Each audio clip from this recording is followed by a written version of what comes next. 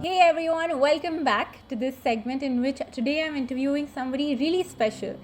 My name is Riya Bansali and I'm a certified yoga teacher and a life coach. Our guest is someone who's Forbes 30 under 30 and he's really established himself and renaissanced the Ayurveda world. I'm really excited because I think we share so much in common because I'm trying to do that for yoga, he's trying to do that for Ayurveda. So today's guest is Arjun Vaidya. He is the CEO at Dr. Vaidya's New Age Ayurveda. He studied at Brown University and he also worked in a private equity at customer sector focused fund. Now he quit his job in 2016 October and he came back to take on his 150-year-old family legacy of Ayurveda formulations that his grandfather left behind. Isn't that interesting? Now he's trying to really repackage and rebrand so many of the Ayurvedic products that we've had and we've learned, and he's really carrying on the legacy. Besides Forbes 30 under 30, he's also BW 40 under 40 list. Well, help me in welcoming Arjun Vaidya. Welcome, and I'm so glad you've chosen and agreed to come on the show, Arjun. How are you? Thanks, Riya. Thanks for having me. Really excited for the chat and the conversation. Now, I'm sure so many of my viewers, just like me, are really excited to know your journey. What made you actually leave behind, your job and come back to India probably and take Ayurveda? I'm sure everyone's excited to know that. Yeah. So I think, Riya, the story of my family and the story of what I do actually goes hand in hand, right? So Vaidya, my last name, actually means Ayurvedic doctor. I come from a legacy of 150 years of Ayurveda in my family. My grandfather, great grandfather, and generations before were all Ayurvedic doctors. So I grew up with an Ayurveda sort of background and legacy in the family, right? If you trace back, from the time my great grandfather moved to Bombay in 1923, we had one Ayurvedic clinic, right? And then my grandfather took it on, and when he graduated from medical school, he ran the clinic. By the 70s and 80s, he became Mumbai's, if not India's, most successful Ayurvedic doctor. He saw 350 patients a day in his clinic, had 12,000 people on a monthly basis writing to him via post. But he had a philosophy and a principle of not differentiating between income or social strata in terms of his patients, and he gave the consultation for free, right? So anybody who came to the clinic actually got a free consultation. So I grew up myself with Ayurveda, right? I suffered from juvenile bronchitis at the age of 2, and I had serious asthma. I was the kid who couldn't have ice cream and cold drinks, and I couldn't play cricket because there was too much dust on the cricket field, and I was stopped from playing football. My dada used to sort of push me to play golf and squash because those were sports where you didn't interact with dust as much, right? So that was my childhood. And 14 years of treatment later, right, I started playing cricket again. I was cured of asthma, cured of juvenile bronchitis using Ayurvedic products and treatment. I stopped taking those pumps, steroids, nebulizers, and I was allowed, in my opinion, with Ayurveda to lead a normal life, right? That was really important for me. It was a big change in my life, and so I grew up a believer in Ayurveda. I went to the US when I was 17 and a half for my undergrad. I saw a move towards natural and organic products. I saw yoga being completely repackaged, right? And that's something you've seen as well with sort of yoga pants, yoga mats, yoga gyms, yoga all of these things. You're seeing a 21st century or new age version of yoga which may connect more with people. And I started thinking to myself, right, this is Indian. They took it to the US, they repackaged it and sent it back to us, and we're now using that repackaged version. So there is a need, in some sense, for what we have to be re-envisioned, not changed, re-envisioned or repackaged to appeal to modern consumers. That was my thought process. I came back to India in 2013. I worked 3 years in consumer sector focused private equity. Unfortunately, my grandfather passed in this time period as well, right? So we have this rich Ayurveda legacy, these products, these formulations, and this thought process of New Age Ayurveda. And I made a promise to my grandfather that I would take it forward and I would do something with it. And so in October 2016, I quit my job and I said that I'm going to take on the Ayurveda legacy, but call it Dr. Vaidya's. Dr. Vaidya was my dada's name. And so the brand in itself is a startup because we never had a brand. And I said I'm going to take what my dada did in his clinic to hundreds of patients and maybe thousands of patients in a year to millions of people, right? And take his products and give that clinic experience or that high quality products and care experience to people across India and across the world using the power of digital. And that was the birth of Dr. Vaidya's New Age Ayurveda. Wow, that's so nice. So tell me, you don't have a medicine background. You've done your BA. So understanding these formulations and kind of getting to know your Dada's inventions kind of, or going deep, was it a difficult journey for you? Yeah, so a lot of people ask me this question, right? Firstly, people mistake that I'm a doctor and they call me Dr. Vaidya. I'm not Dr. Vaidya. My Dada was Dr. Vaidya. So yeah, I think it's interesting because there are advantages and disadvantages, right, of not being a doctor. The disadvantage is that you're not a doctor, so you may not be perceived to know as much. But for someone who's grown up with Ayurveda, for someone who's been cured of asthma, for someone who's had it in my family, spent so much time with my grandfather, I feel like I have a reasonable amount of knowledge on the science, right? And I do it day in and day out now. So I have a reasonable amount of knowledge on the science. What the advantage though is that doctors and sort of traditional Ayurveda folks see the world in one way, right? Chyawanprash is possible as Chyawanprash, but we said no, kids don't like Chyawanprash. We want to re-envision Chyawanprash and give them a toffee which has the goodness of Chyawanprash but the taste of a toffee and the convenience of a toffee, right? So that's the advantage that I have of not being a doctor. And a lot of folks in my team, we have an in-house R&D team of 6 people. We have more than sort of 5 doctors who work with us. So they bring the technical knowledge and expertise to the table. And we have 150 years of family legacy and formulations. But we have a lot of people who view the world as customers. And viewing the world as a customer and solving the problem of the customer is also as important as having the technical background. I think that's what we were able to, not just me, but our whole team was able to put together and bridge. Okay. That makes sense. That's why the re-envisioned thing sort of comes into play in this way, I believe. Absolutely. Right. So, like, I know this as a yoga teacher, but I want the audience to know from you. Like, what are few things that, Ayurveda or the Indian medicine or the Indian age-old techniques in general have provided, which allopathy couldn't provide? Yeah, so I think it's an interesting question. I get this question a lot, right? So I think the first thing to understand is the paradigm, right? The paradigm fundamentally is completely different. Allopathy is a Western form of medicine, but as a principle, it looks at symptomatic relief versus Ayurveda looking at long-term relief. So I actually did a Insta Live with a famous Ayurvedic doctor, and he explained this very well, and so I'm going to use that same explanation. He said, just imagine there is a stream which is usually dry in a village, and so villagers walk past that stream, right? When it's dry, there's no water, so they just walk through the stream. In the monsoon, the rainwater fills the stream. Now, these villagers don't know how to swim, so they can't cross the stream, but they need to cross the stream to go on with their daily life. So there are 2 types of people who help the villager through the stream. One type of person who helps them cross, right? Who maybe puts a small bridge or puts a raft and helps them cross. And the other type of person who teaches them how to swim so that they can cross. That's exactly the difference between Ayurveda and allopathy.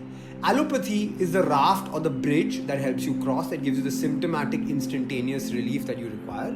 Ayurveda teaches you how to cross. So for 14 years, I was using Ayurvedic treatment, but I was able to get rid of asthma, right?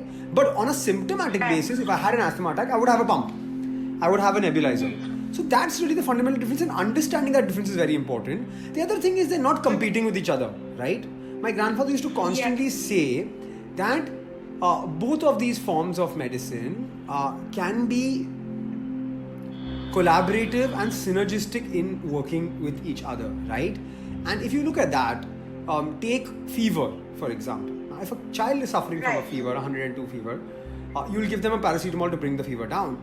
But what will you do to ensure the fever doesn't come again? You'll put them on Ayurvedic immunity boosters. That's the difference really between the 2 sciences. And I think that they can work synergistically, right? And I think opening up our minds, both the Ayurveda side and the allopathy side, to understand the benefits is what should be done. Now, what's really interesting is that COVID-19 as a pandemic is allowing people to open their mind, right? So the Health Ministry of India, which usually the Ayushman Bharat initiative has mostly essential drugs and allopathic medicine, etc., all of that. The Health Ministry came out with a statement last Sunday saying recovered COVID patients should have Chyawanprash or Ayurvedic immunity boosters. Now, a section of the government and a section of society that has been traditionally thinking allopathic now realizes that in this crisis we need to use the benefits of Ayurveda as well. And this could be a monumental starting point for the two sciences to work together.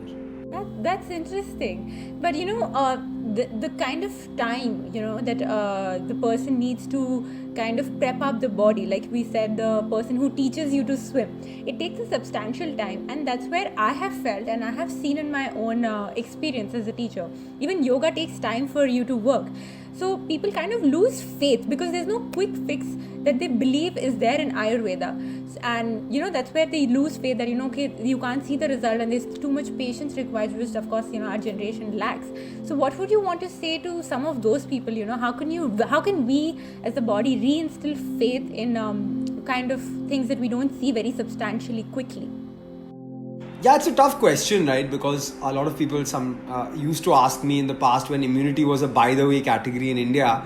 Now it's not a by the way category, it's essential category. They used to ask me, if I have this capsule every day, what will I feel?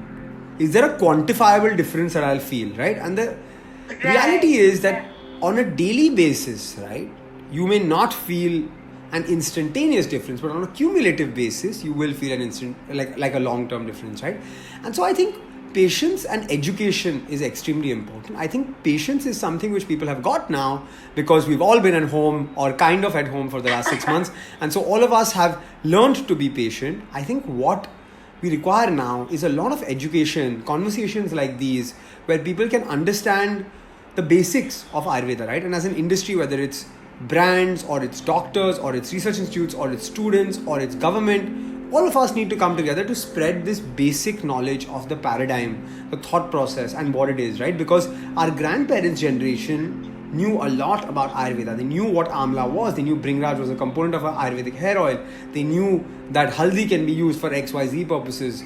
Why is the drumstick in the Indian food, right? We know the health benefits of these, and that generation knew it. Our generation has lost touch. And so to re-establish that touch, we require a lot of education. Yeah, I have noticed that, some of the things which I read online and I go to my mom or my grandmom, they're like, yeah, of course, this is already done. And I remember I had a gum inflammation and my dadi just told me put haldi and namak, which is turmeric and salt, and just apply it. And within 2 minutes, it just vanished. And I was shocked, and she's like, yeah, that's what you do. Why isn't this like striking you, And I was searching all forms of things online. But definitely, I think there's a huge education that needs to be bridged. But do you think this pandemic, just in general, has changed the perception of Ayurveda or Indian medicine? Yeah, it significantly changed the perception because you're getting a large section of consumers who were not comfortable to consume or did not want to consume Ayurvedic products coming there, right? So I put a LinkedIn post about this a few months ago, and I said, I was in the I'm a cable cutter. I don't have cable TV at home anymore. I just use the sort of online apps. But I was in the elevator in my building, and they had the news on, right? And so I was watching NDTV, and 3 back-to-back Ayurvedic ads, right? There was an Ayurvedic immunity booster, there was an Ayurvedic pain relief oil, and there was an Ayurvedic drink or an Ayurvedic tonic or something like that, right? Never have I seen 3 Ayurvedic ads back-to-back. Rarely have I seen Ayurvedic ads in general, or once in a while you catch them, but here there were 3 back-to-back, right? And on the same day, I had a friend who I've known for 15 years, and other than our hangover product, he's not really tried many of our products, and he called me and said, Arjun, tell me about ashwagandha, right? And that conversation, while seeming anecdotal, tells you about what's happening today, right? There are hundreds of thousands of consumers who are reading what the Ministry of Ayush is coming out with, reading what the Prime Minister is talking about, the immunity boosting protocols, and saying, yes, I want to try this. I want to use this. And so you will get a huge adoption of Ayurveda with immunity. And now as a science, as proponents of the science, we need to do our best to retain these customers for life with the Ayurvedic way of life. Because one product doesn't make your life Ayurvedic or yogic. And yoga is part of the Ayurvedic lifestyle, right? You need to embrace the lifestyle. So we'll get them in for one product, but we have to keep them into the lifestyle and educate them about the lifestyle. That's what I agree. Like, you cannot drink after Ayurvedic medicine and things like that. So people find it very difficult to kind of sustain the lifestyle. But I do know like certain Ayurvedic products don't take as long to show the effect than the other ones. Of course, like a long-term treatment would take a substantial point to, for you to reinstill your faith. But can you tell us about few of those things which can have, where you can actually see the result quickly? Yeah.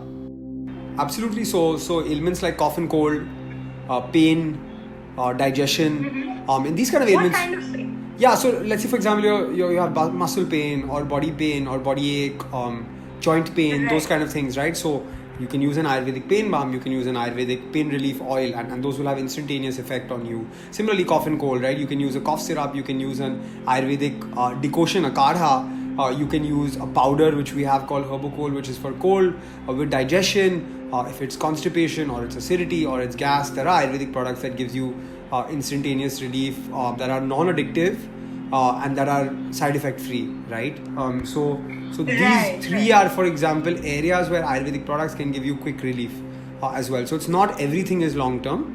But in certain categories it's important, yeah, because you're right, you're there is a perception that everything takes long.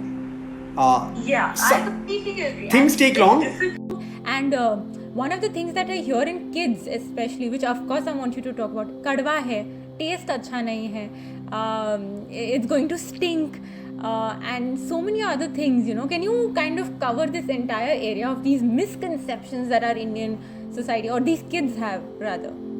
Yeah. So I think they're all valid misconceptions, right? And I think answering them is very important. The first misconception about kadwa hai, taste acha nahi hai, I'm not sure if I like it, etc. All of that, that is true in certain traditional Ayurvedic products. We saw that gap, we saw that issue, and so we've developed new age formulations which make the science more palatable in terms of format, right? So Chyawanprash in toffee form, capsule format, for example, instead of a powder format.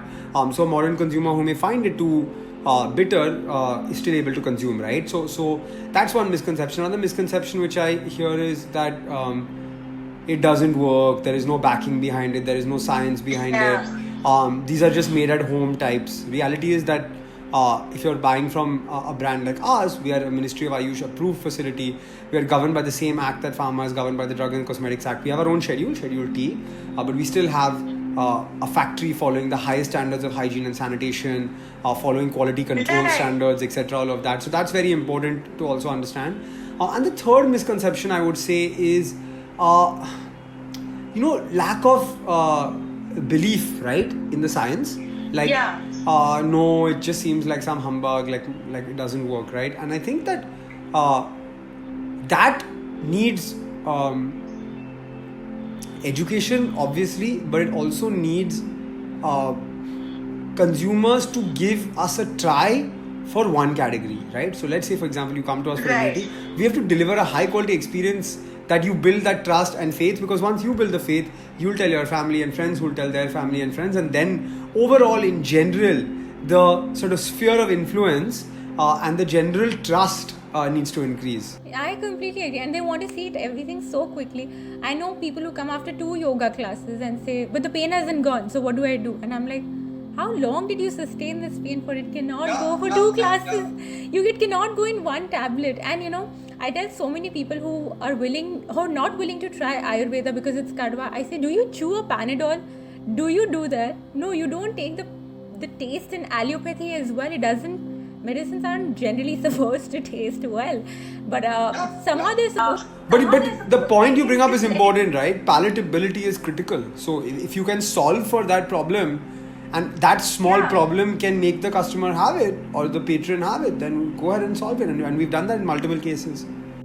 But what do you want to say to people who say that we're not just there's just too much resistance to? So do you show them documentations, or someone probably who's too close to you and you don't want to give up on them?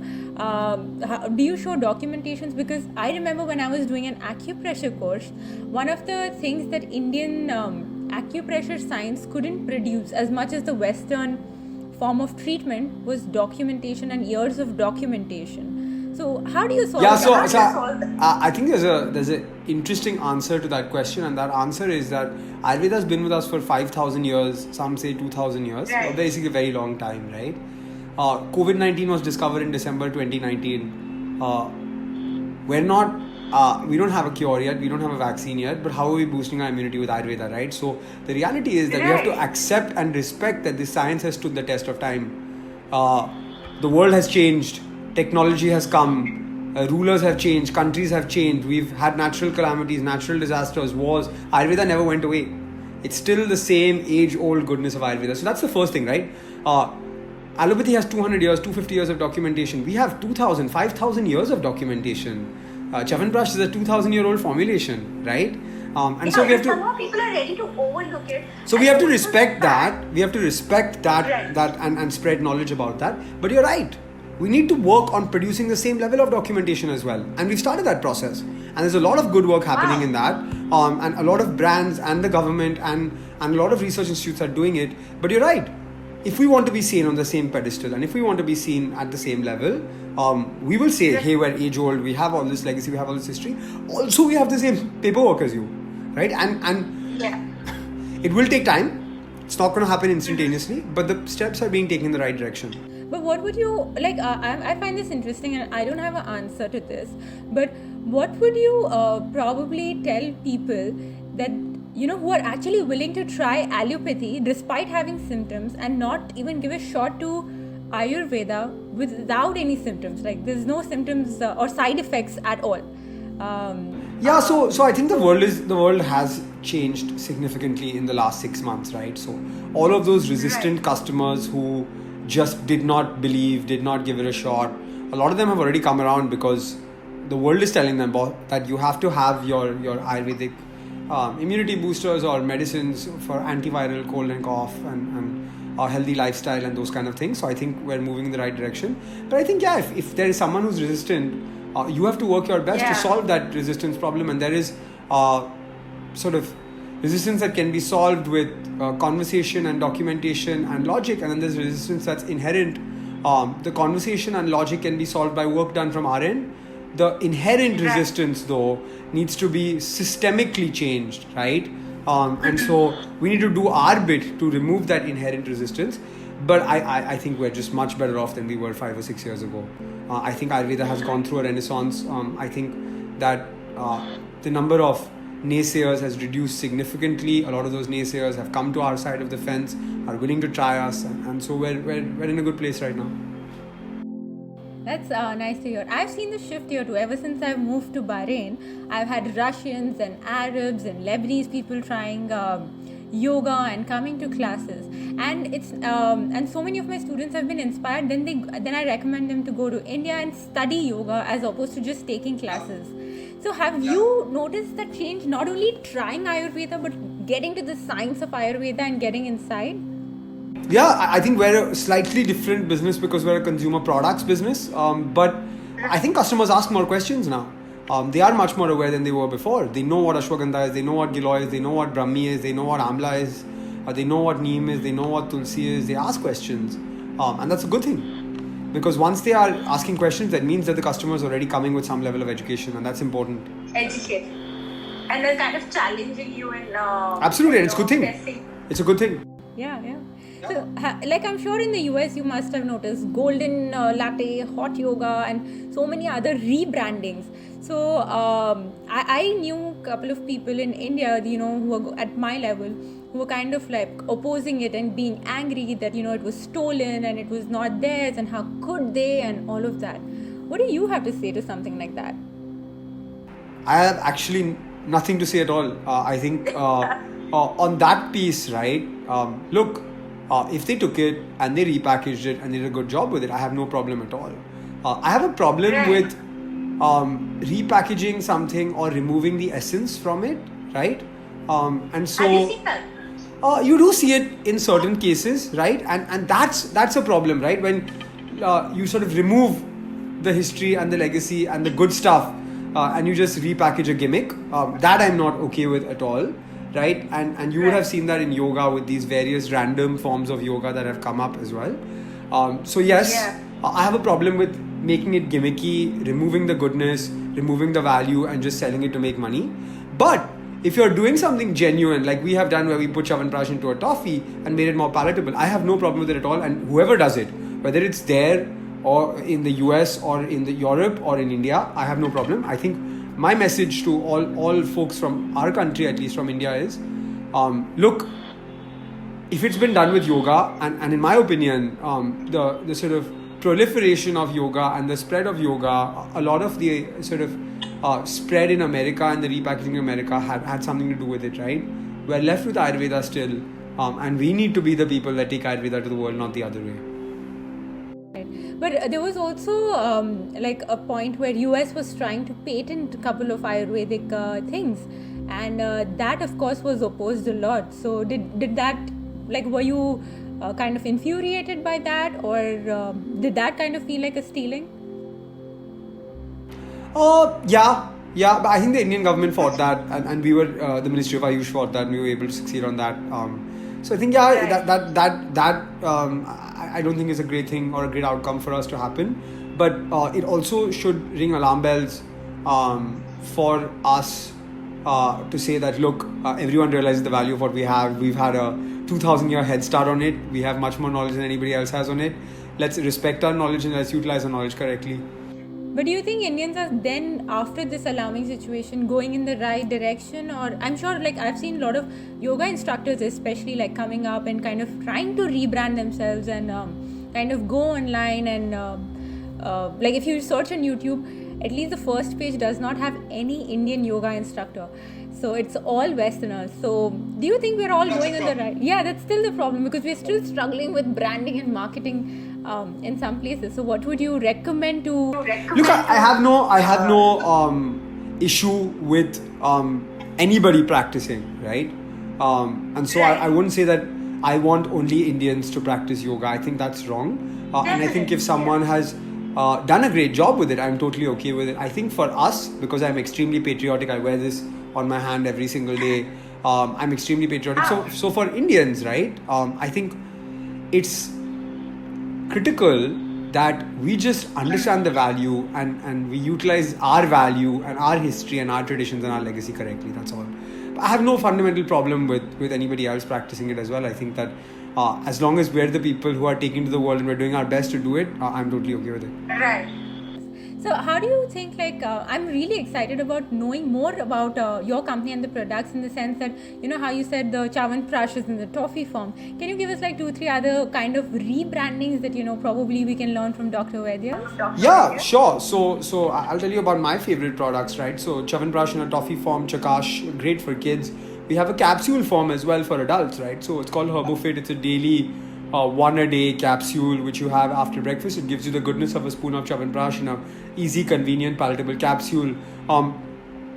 There's a slightly more controversial product that we've actually launched called Live It Up. It's a hangover product, right? And so a lot of people say, hey, how can an Ayurvedic brand launch it? And the reality is, right, that we understand that modern consumers have a certain lifestyle, and the traditional Ayurvedic, yogic, sattvic lifestyle may not be convenient or possible for a lot of people. So people have a good time, right? And they like to let off steam, but they should be able to protect their liver and wake up fresh and be productive the next day. And we saw that as a problem, and so we launched this product, right? And similarly, we've done a really cool product called Sungho. It's a decongestion product. So we realized that putting balm is great, but maybe not easy to do at all circumstances. And so we came up with this Inhale Lint, not inhaler, Inhale Lint. So it's our proprietary combination of 16 herbs and 3 oils. Put in a bag, into a bottle, and you just sort of flip the top of the bottle and smell it. And you get the goodness of these herbs. Yeah, super convenient. So we like to keep coming up with these kind of things. Wow. So like, I'm sure everyone's excited equally as me as to know what's your routine like. How do you incorporate Ayurveda in your day-to-day life or your family and things like that? Yeah, so I think we are sort of Ayurvedic family, right? We've grown up with it, and it's part of our legacy and heritage. So yeah, I can tell you about the multiple things I do which are Ayurvedic on a daily basis, right? So I don't start my day with chai or coffee. I start my day with Okay. kadha every Alright. morning, and that's great for immunity, for cough, cold, throat, decongestion, etc. Also, Ayurveda sort of has a big focus on consumption of water. So I start my day with 1.5 liters of water, and it's great to sort of cleanse the system as well. I think practicing an active lifestyle is also part of Ayurveda. And so whether it's yoga, which I do on occasion, or it's just physical activity, like I really enjoy running. So I ran 6 kilometers today as well. And I do run almost every day. And usually Sundays I do a longer run. But practicing a healthy and active lifestyle is extremely important. From an eating perspective, I don't eat sugar, so processed sugar, all of us know it's really bad. So I've completely taken it out of my system. So what Zero do you replace processed. it with? Somebody who's listening to you and who's trying to kind of... Jaggery, good, basically, and dates. That's what I replace sugar with, but it's just amazing feeling. And then I use a lot of our Ayurvedic products. I don't want to seem too salesy, but I use a lot of our Ayurvedic products as well. Like I start my day with Just like a capsule of... I start my day with a capsule of HerboFit. I highly recommend that. It's a 1 a day. It helps you with immunity, energy. Immunity is extremely important. So I have that. And for example, after I got rid of asthma, I suffered from dust allergies still. And I used to pop these antihistamines a lot because every time I was... India and Mumbai as a city is a very dusty place.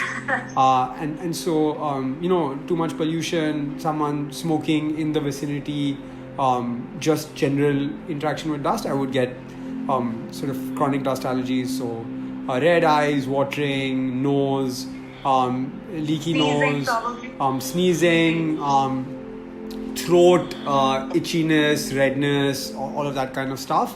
And so I got on a long-term allergy treatment, and I used to have antihistamine, I would say 10 to 12 times a month. Now I don't have an antihistamine more than 3 times a year, right? And so Wow. that's an example of a long-term Ayurvedic treatment which has really helped me individually.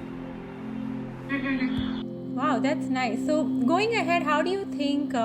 I hope actually we continue to stick to Ayurveda and these traditional practices long after the pandemic is gone. But what do you think as Indians, we should kind of make sure as carriers of these practices that, it's not lost again?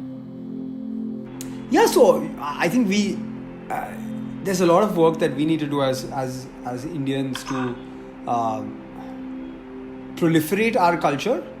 But I'm saying before proliferation, the bare minimum is at least understand our culture and know about our culture. And I think if each of us can go back and do our reading and speak to our parents and grandparents and at least get that knowledge, which is history, tradition and legacy of our country, which is so rich, whether it's yoga, whether it's Ayurveda, whether it's Siddha, Unani, whatever we have, right? Our history, our culture, our foods, we need to know it better than anybody else, and then be able to proliferate it. But I think the first step is respect, value our culture and know enough about it. And that's why Proudly Indian is our brand motto, right? So every single one of our products on the front and center of the packaging says Proudly Indian on it. Oh, wow. That's amazing. So are you also doing something to educate your company as such, to educate people about Ayurveda more in deep just than the products? Yeah, a lot of work actually. So we have WhatsApp groups where we send one daily Ayurvedic tip. The community is more than 25,000 people now. We also have Insta Lives every single day on our Dr. Vaidya's Instagram handle, where we talk about issues related to health, fitness, sports, nutrition, diet, Ayurveda, yoga, those kind of things. So that's something we do all the time. I started a series called Ayurveda 101, where I do 5-minute videos on basics of Ayurveda, misconceptions, the science, how it works, difference between Ayurveda and allopathy, like Ayurveda for beginners basically. We do a lot of content, a lot of video content, a lot of written content. We have a really active blog on our website. So we're doing our bit to actually spread knowledge in the best way we can. Wow, that's amazing. I'm sure so many people who are actually watching this right now want to know how they can probably get in touch with you, or get a hold of these podcasts that you do, or just maybe enter your WhatsApp groups or get your products. So where can they find you? How can they reach out to you? Everything can be found on drvaidyas.com. Alright, everything on one website. So I'm sure I'm going to put the link down and probably people can find you. Well, thank you so much, Arjun. I think I personally have learned so much, and this was a small attempt from my side to tell people, how if we can take Ayurveda forward, there are so many things that we can kind of rebrand and bring forward and kind of revive our culture again. And thank you so much. You're a true example and a true inspiration of how we can actually make a difference in rebranding, repackaging, and reviving. No, thanks, Ria. Thanks for your time, and I think that platforms like yours will help spread the message, and spreading the message is the most important thing. I hope everyone who's watching this is healthy, safe, and immunized. Stay positive and stay healthy. Right. Thank you, viewers. If you have any questions for us, you can write in the comments below. I'll make sure that we answer. If you want him back on the channel with some specific things that you want us to discuss, do mention it. And if you want any more interviews or any specific discussions, I'll be reading your comments. So you can write below. And until next time, I'm going to bring you more such interviews to see how we can collaborate with lots of amazing people just like Arjun, to see how we can actually spread awareness. Thank you so much, Arjun, for coming once again, and thank you all the viewers for watching. This is Ria. Namaste.